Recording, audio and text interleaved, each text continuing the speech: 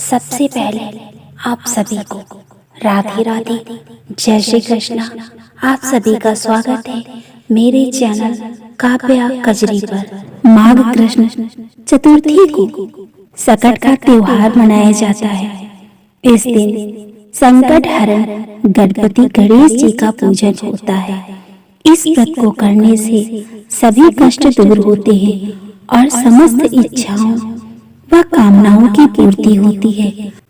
इसी दिन भगवान गणेश जी की उत्पत्ति हुई थी। एक पौराणिक कथा के मुताबिक इस दिन भगवान श्री गणेश ने भोलेनाथ और माता पार्वती की परिक्रमा भी की थी। सकल चौथ का व्रत रखने से संतान के लिए फलदायी होता है तथा संतान के सारे दुख खत्म हो जाते हैं। संतान को लंबी आयु मिलती है। तनाव, नकारात्मकता, तनाव और बीमारियों से संतान को छुटकारा मिलता है।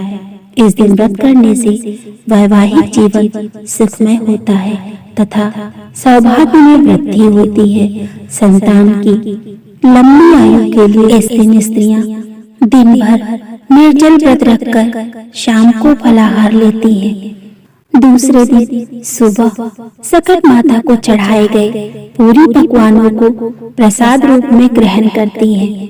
तिल को भूनकर गुड़ के साथ कूट लिया जाता है। तिलकुट का बकरा भी बनाया जाता है। उसकी पूजा करके घर का कोई बच्चा तिलकुट के बकरे की गर्दन काट देता है। सबको इसका प्रसाद दिया जाता है। पूजा के बाद कथा सुनते हैं। आइए अब सुनते हैं सकट माता की व्रत कथा।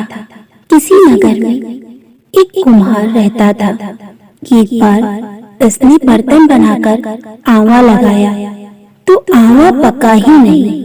हार कर वो राजा के पास जाकर प्रार्थना करने लगा। राजा ने पंडित को बुलाकर कारण पूछा तो राज पंडित ने कहा, हर बार आंवा लगाते समय बच्चे की बलि देने से आंवा पक जाता है। राजा का आदेश हो गया। बलि आरंभ हुई। जिस परिवार की बारी होती वह परिवार अपने बच्चों में से एक बच्चे की बलि देता है। इस तरह कुछ दिनों बाद सकट के दिन एक बुढ़िया के लड़के की बारी आई। बुढ़िया के लिए वही जीवन का सहारा था। राजा की आज्ञा कुछ नहीं देखती दुखी बुढ़िया सोच ही रही थी कि मेरा तो एक ही बेटा है, वो भी सकट के दिन मुझसे जुदा हो जाएगा। बुढ़िया ने लड़के को सकट माता की सुपारी और धूप का बीड़ा देकर कहा, भगवान का नाम लेकर आंगन में बैठ जाना, सकट माता रक्षा करेंगी। बालक आंगन में बिठा दिया गया और बुढ़िया सकट माता के सामने बैठकर पूजा करने लगी। पहले तो आंवा पकने में कई दिन लग जाते थे, पर इस बार सकट माता की कृपा से एक ही दिन में आंवा पक गया। सवेरे कुम्हार ने देखा तो हैरान रह गया। आंवा पक गया था। बुढ़िया का बेटा तथा अन्य बालक भी जीवित एवं सुरक्षित थे। नगरवासियों ने सकट की महिमा स्वीकार की तथा लड़के को भी धन्य माना। सकट माता की कृपा से नगर के अन्य बालक भी जी उठे। बोलो सकट महारानी की जय। अब सुनते हैं सकट माता की दूसरी कथा।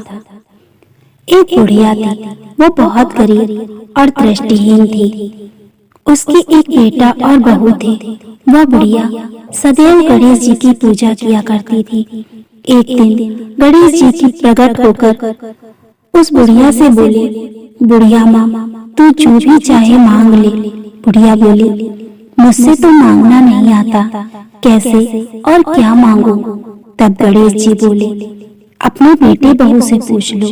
तब बुढ़िया ने अपने बेटे से कहा, गणेश जी कहते हैं कि तू कुछ मांग ले, बता मैं क्या मांगू।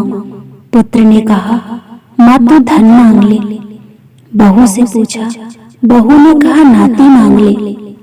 तब बुढ़िया ने सोचा ये तो अपने अपने मतलब की बात कर रहे हैं। अतः उस बुढ़िया ने पड़ोसियों से पूछा तो उन्होंने कहा, बुढ़िया तू तो थोड़े दिन जिएगी, क्यों तू धन मांगे और क्यों नाती मांगे, तू तो अपनी आंखों की रोशनी मांग ले। जिससे तेरी जिंदगी आराम से कट जाए। इस पर बुढ़िया बोली, यदि आप प्रसन्न हैं तो मुझे 9 करोड़ की माया दे, निरोगी काया दे, अमर सुहाग दे, आंखों की रोशनी दे, नाती दे, पोता दे और सब परिवार को सुख दे और अंत में मोक्ष दे। ये सुनकर गणेश जी बोले, बुढ़िया माँ, तुमने तो हमें ठग लिया, फिर भी तूने जो मांगा है वचन के अनुसार सब तुझे मिलेगा। ये कहकर गणेश भगवान अंतर ध्यान हो गए। उधर बुढ़िया माँ ने जो कुछ मांगा था वो सब कुछ मिल गया। हे गणेश महाराज, जैसे तुमने उस बुढ़िया को सब कुछ दिया वैसे ही सबको देना। बोलो गणेश भगवान की जय। सकट माता की तीसरी कहानी सुनते हैं। एक साहूकार और एक साहूकारनी थी। वह धर्म पुण्य को नहीं मानते थे, इस कारण उन्हें कोई बच्चा नहीं था। एक दिन साहूकारनी पड़ोसी के घर गई। उस दिन सकट चौथ था। वहाँ पड़ोसन सकट चौथ की पूजा करके कहानी सुना रही थी। साहूकारनी ने पड़ोसन से पूछा, तुम क्या कर रही हो?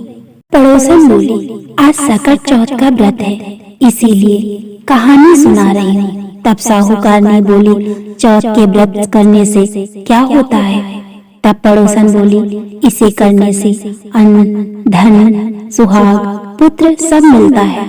तब साहूकारनी ने कहा, यदि मेरा गर्भ रह जाए तो मैं 1.25 सेर तिलकुट करूंगी और चौथ का व्रत करूंगी। श्री गणेश भगवान की कृपा से साहूकारनी के गर्भ रह गया। तब वह बोली, मेरी लड़का हो जाए तो मैं 2.5 सेर तिलकुट करूंगी।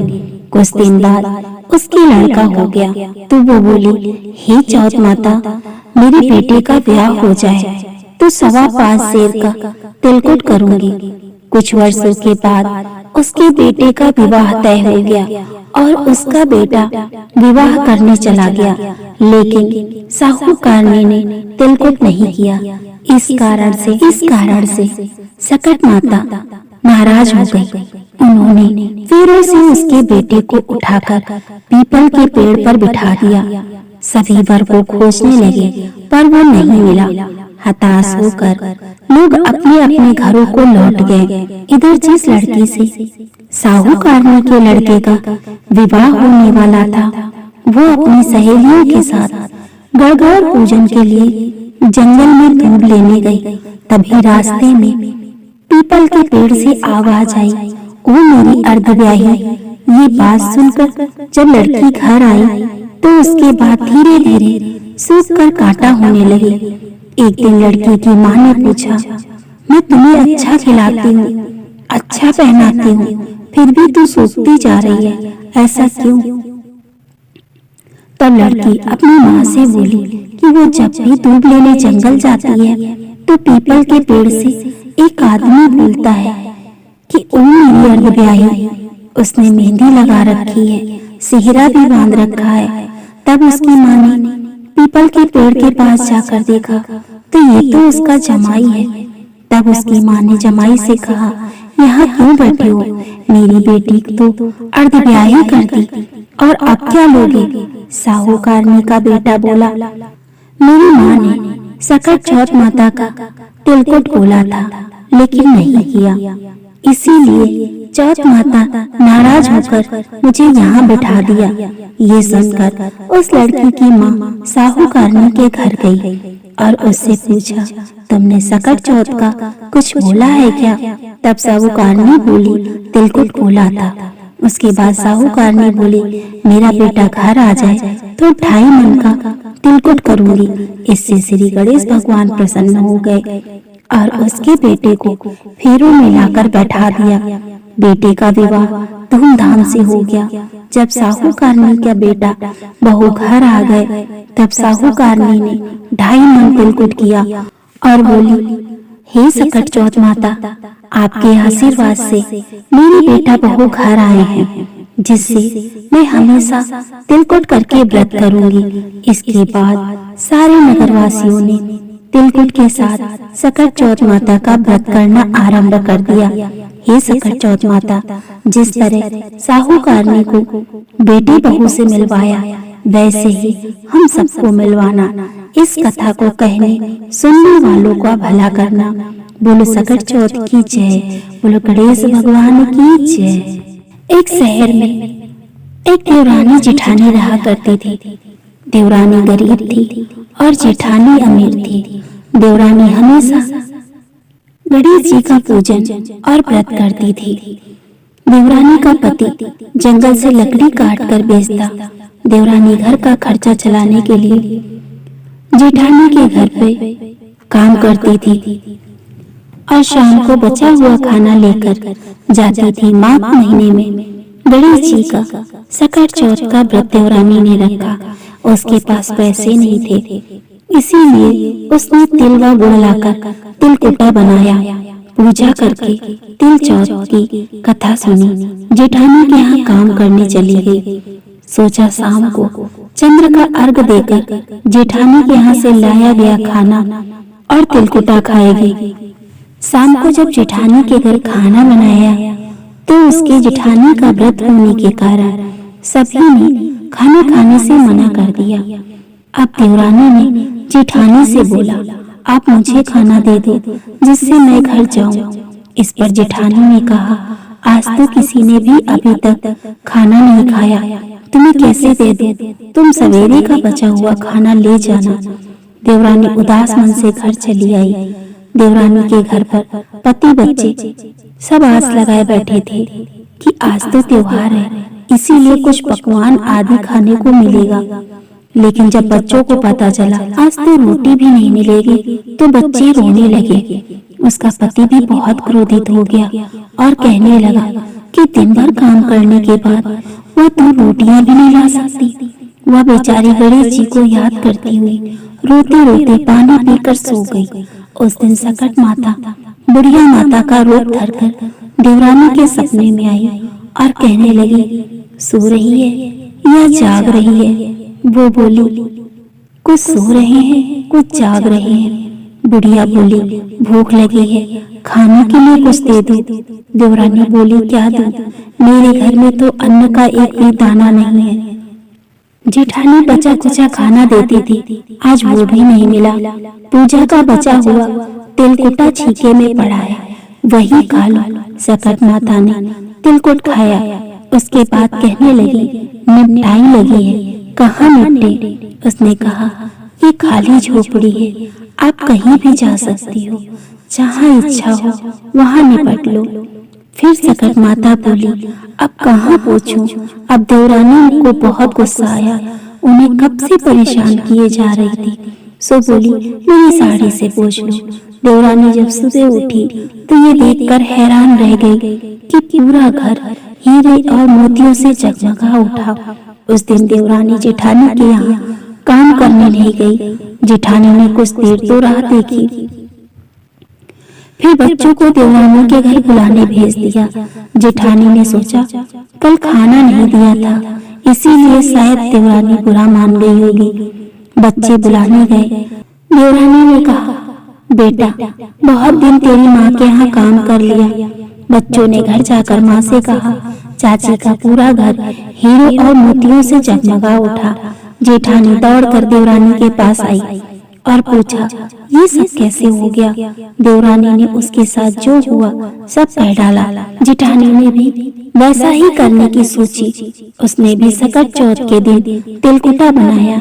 रात को सकट माता उसके भी सपने में आई और बोली, भूख लगी है, मैं क्या खाऊं? जेठानी ने कहा, आपके लिए छीके में रखा है, फल और मेवे भी रखे हैं, जो चाहे खा लो। सकट माता बोली, अब निपटे कहाँ? जेठानी बोली, मेरे इस महल में कहीं भी निपट लो। फिर उन्होंने बोली, अब कहाँ पूछूं? जेठानी बोली, कहीं भी पूछ लो। सुबह जब जेठानी उठी तो घर में बदबू गंदगी के अलावा कुछ नहीं था।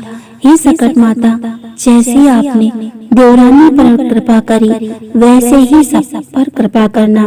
बोले सकट माता की जय, वो गणेश भगवान की जय। अगर आपको ये कथाएं पसंद आ रही हैं, ऐसे ही और वीडियो देखने के लिए मेरे चैनल को सब्सक्राइब करें, वीडियो को लाइक करें, ज्यादा से ज्यादा शेयर करें। राधे राधे, जय श्री कृष्ण।